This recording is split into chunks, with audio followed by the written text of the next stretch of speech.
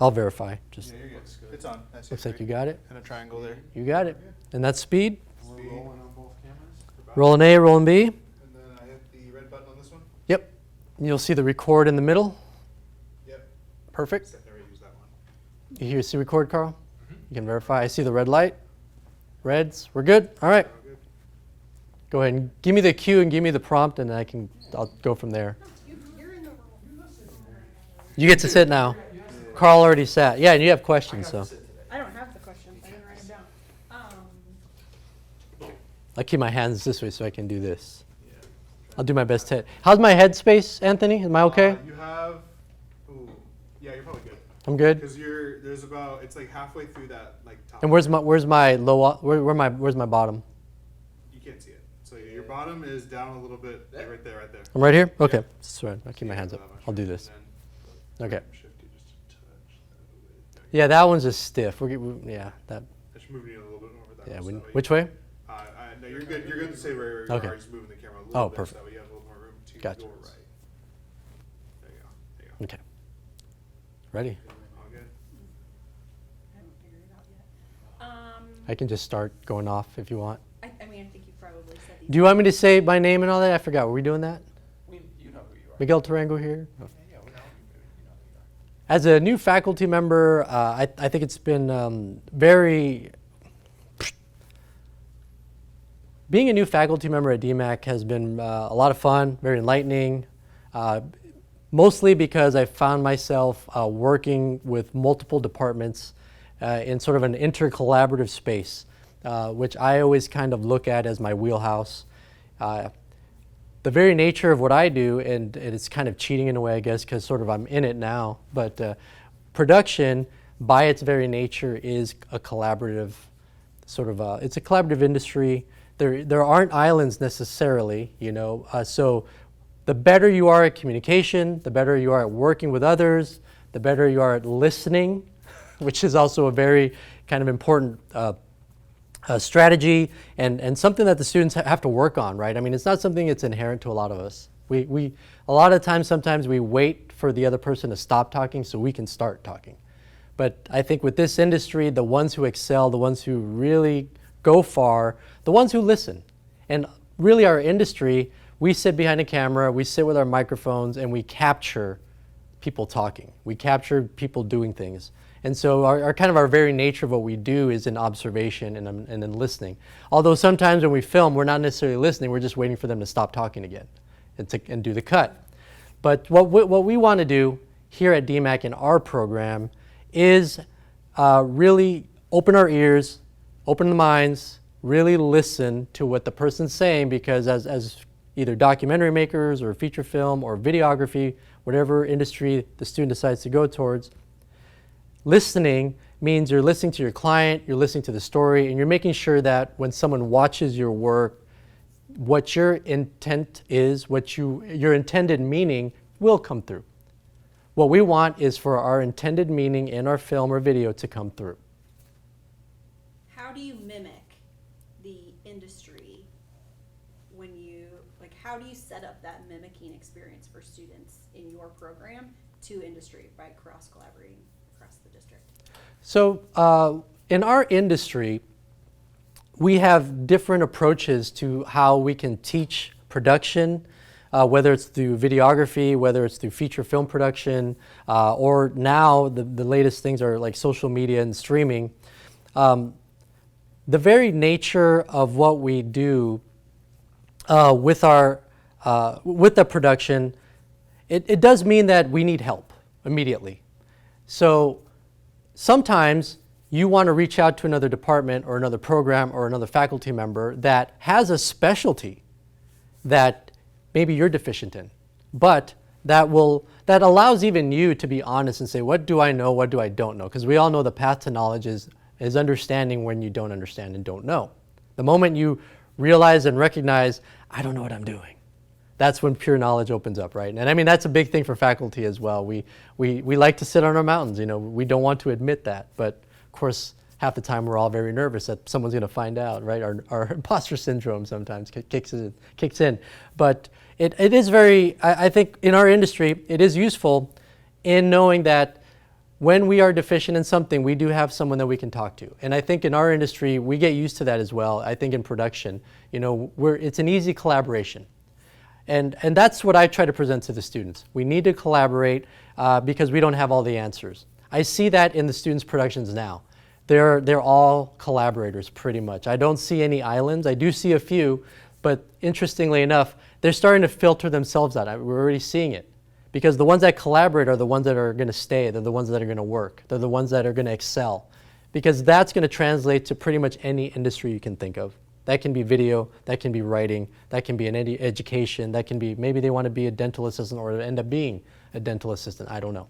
But those skill sets, the ability to speak to other people, all of those things, and also being honest with themselves and letting them know at the same time that just because you don't know something, that's not a weakness. That's really going to be your strength, and that's really, you asking for help is going to enrich you. It's going to make you stronger and better. The philosophy is one step back to take 3 steps forward. But that's exactly how we want to think about it. Do you teach any classes where there are other majors besides video? Sometimes I do have other majors in my classes, and I poach students from those majors. I love doing that. But we do that, I think, purely, and the funny thing about having other majors in our classes is, well, we don't do it that way. We hear that all the time. Well, this is the way we do it, but I want to hang out with you guys. In fact, we have one of our students who we almost can't get rid of her, and she would just come hang out she was in one of our classes, but then she would be in all of the classes. It's like, are you in this class too? She goes, she just loved being around. I think the energy of our students, how our classrooms and labs are running, and just really the really go-get-em attitude that I think that we're trying to foster within our program. Do you create specific assignments that make them cross-collaborate or make them have to solve a problem that might be outside of this building? So within video production, let's rewind that. Cut. Within video production on our syllabus, when students take the class, the courses are designed so that we mimic, and this is going to be on me, I do like to mimic a design portfolio or design problem sort of methodology. The design problem is, you're presented with the thing, how do I solve the thing? This is the puzzle piece. That comes, I know, for me because my mentor was a designer. So I was trained as a designer. I was trained in a media arts studio field. So trained by a designer in an art studio program to be a filmmaker or a video maker. So these are the avenues I've taken, and all of those disciplines, I think, for me, have coalesced and become this sort of gel that I now have for my students, at this sort of pudding that they can sup from, and the thing with the creative arts and these creative fields, we all have design problems. Really, that's the heart of a lot of what we do. And as a lot of my students have heard me say, never fiscal solutions, always creative solutions. Always creative, always creative. Figure it out. Oh, I lost footage. Figure it out. I don't care. You're going to lose it when you're out in the field. Figure it out. That will lead me to my next point. When in video production, the philosophy is now, this is a laboratory for failure. And we admit that from the beginning. We will fail, you will fail. Why do we admit that from the beginning? Because we don't want you to think that your work needs to be perfect or is perfect in any way. One thing that always happens in the media arts and happens in art studio and in general in creative fields, students are afraid to do work or afraid to try because they have the imposter syndrome inside of them, or they feel like, well, it's not good enough. That's the point. You're here because you want to learn. If we admit to ourselves that we can fail and that our work isn't really great now, we have no choice but to improve. So from the very beginning, we say fail. From the very beginning, you say your work is terrible because you will get better. And that's it. So it's trying to open it up for questions, for exploration, and that's another philosophy we have too. A philosophy that we have in production. Let me start over. A philosophy that we have in production that does mimic sort of, I think, a big part of what DMAC has to offer is that we are a hands-on school. We are all about making. We're about doing. So we start the semester, day one, here's a camera, here's what it does. you have 4 weeks to make a project. So their projects are designed to mimic certain practices, but also to figure out the problem. In fact, I think for the first time this last semester, I said, you have to make a video, get in a group. Okay, now go do it. How? I don't know. Go do it. Okay. And so there was trepidation at first, but I think a lot of them came back. We wrote on the board, what did you learn? And we did it kind of backwards.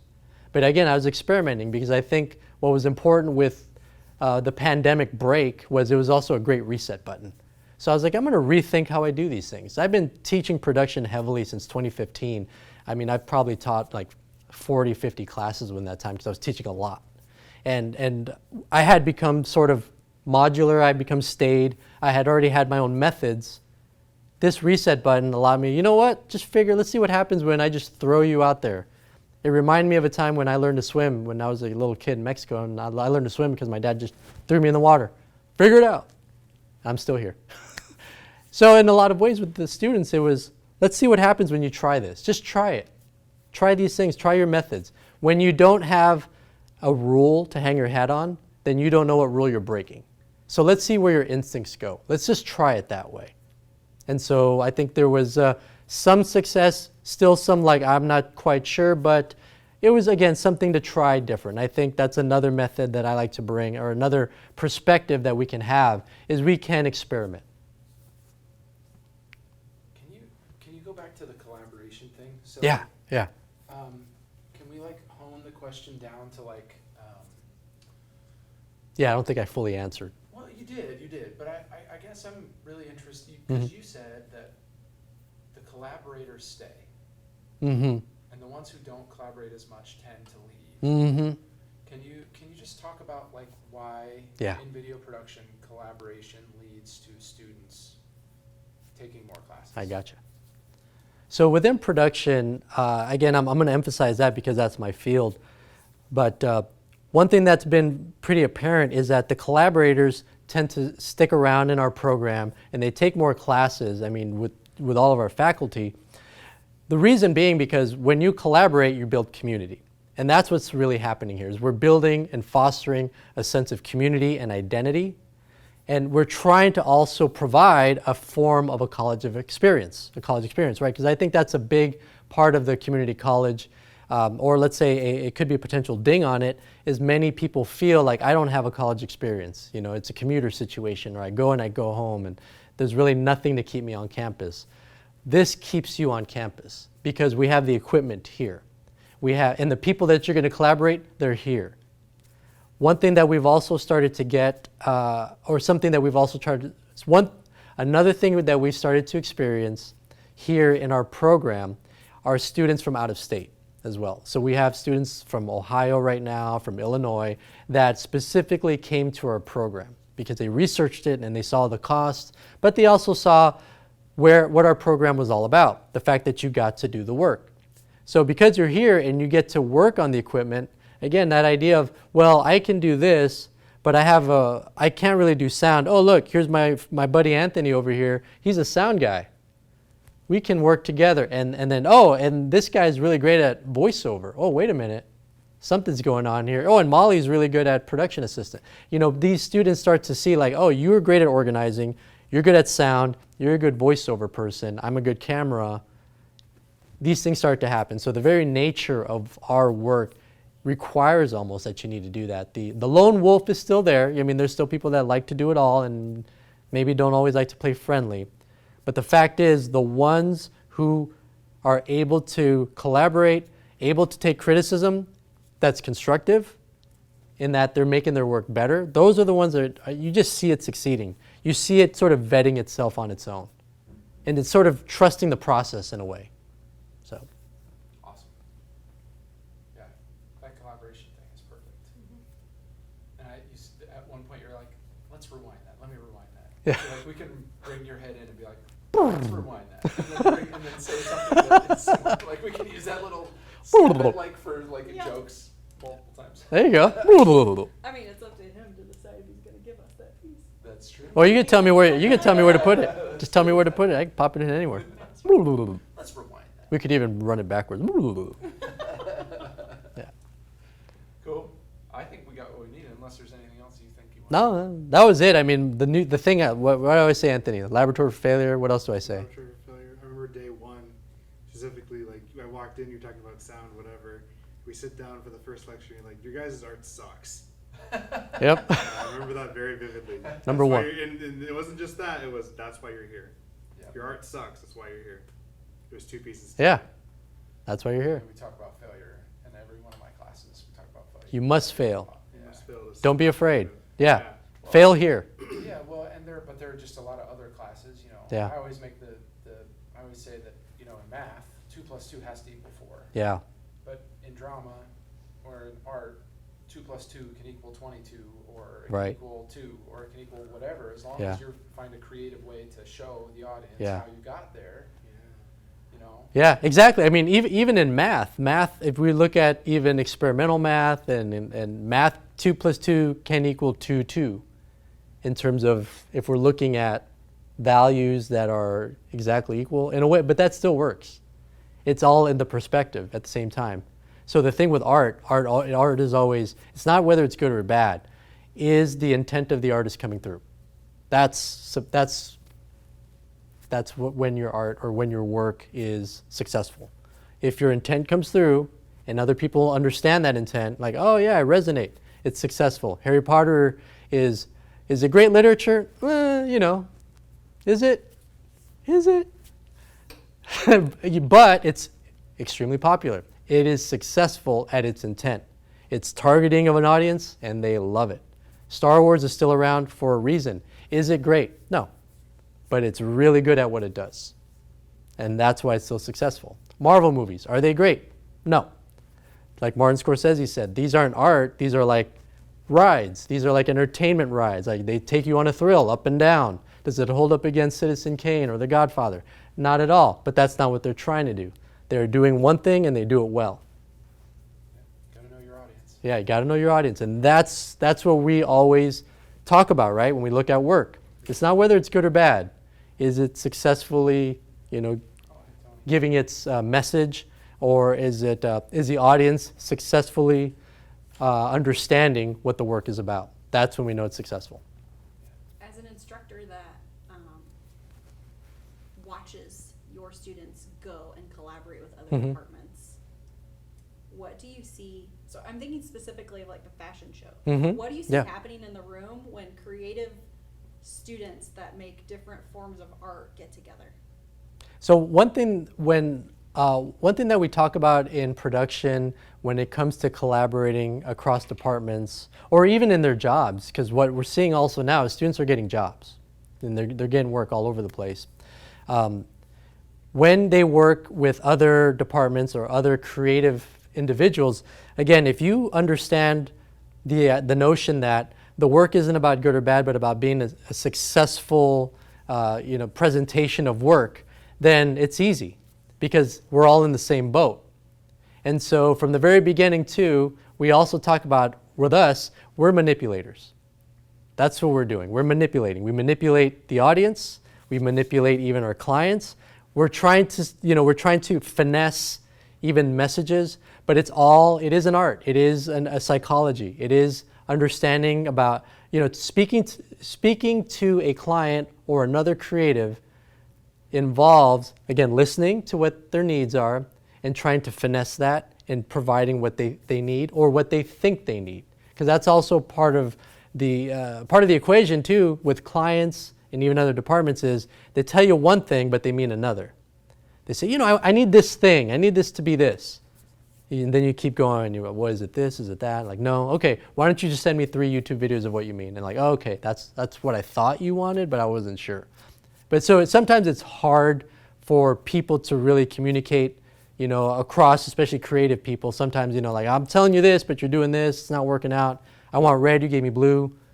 And then you explain, well, because red doesn't work well in the background. Like, well, you should have told. And then so we want to have our students listen and, again, open the lines of communication and make sure that intended meaning is really what's happening. It's all that communication again. It goes back to that and making sure that we understand each other. And what I love to see when our students go out and collaborate across with other departments, they listen And I see them. They go and they listen. They go like, we're going to do this. And I go, you know your spots. Go ask them what they need. Once they tell you what they need, stake your claim, set up, go 80% and go, here's where we are. Here's what we're going to do. Give us the feedback when they're ready. And usually they do. And 9 times out of 10, it's like, that's fine. But if we need to move, we'll move. But you're set. We're prepared. And that's another thing too. We want to make sure that our students, wherever they go, they're prepared, they're ready. You know, whenever there's a question, they have an answer or they can find the answer. And that's the key too, because sometimes we feel like, oh, I'm nervous because I don't have the answers. But you can find it. And the more you do this, the more you figure out how to do that. Again, the manipulation is, I have all the answers. Do you? No. Does anyone? Not necessarily. But our pockets hold the world's knowledge in a little computing device. So we can get that information usually within a few minutes. But it's about, is our intention coming through? And in that case, I mean, everything becomes a microcosm of that, whether it's in a conversation with someone. Is my intent coming through? Is your intent coming through? This is what I want to get out of this. This is what you want to get out of this. And then we collaborate, and then sometimes we compromise. But that's all part of the game. It's all this push and pull. Sometimes I like to give the analogy of my old fencing instructor who used to say, how do you hold a fencing weapon? And her coach was this Hungarian coach, Fidencio, I think was his name. But he used to tell her, Marietta, you hold sword like you hold sparrow. You don't let it fly away, but you don't crush it. Love it. All right, that's a good place to end. Yeah, I was like, Building pathways. We don't want to let it fly Take away, that but we in. don't want to crush it. Final takeaway from Yeah. that. yeah, it's just enough. Yeah. Cool. Okay. I think All that's right, great. okay. The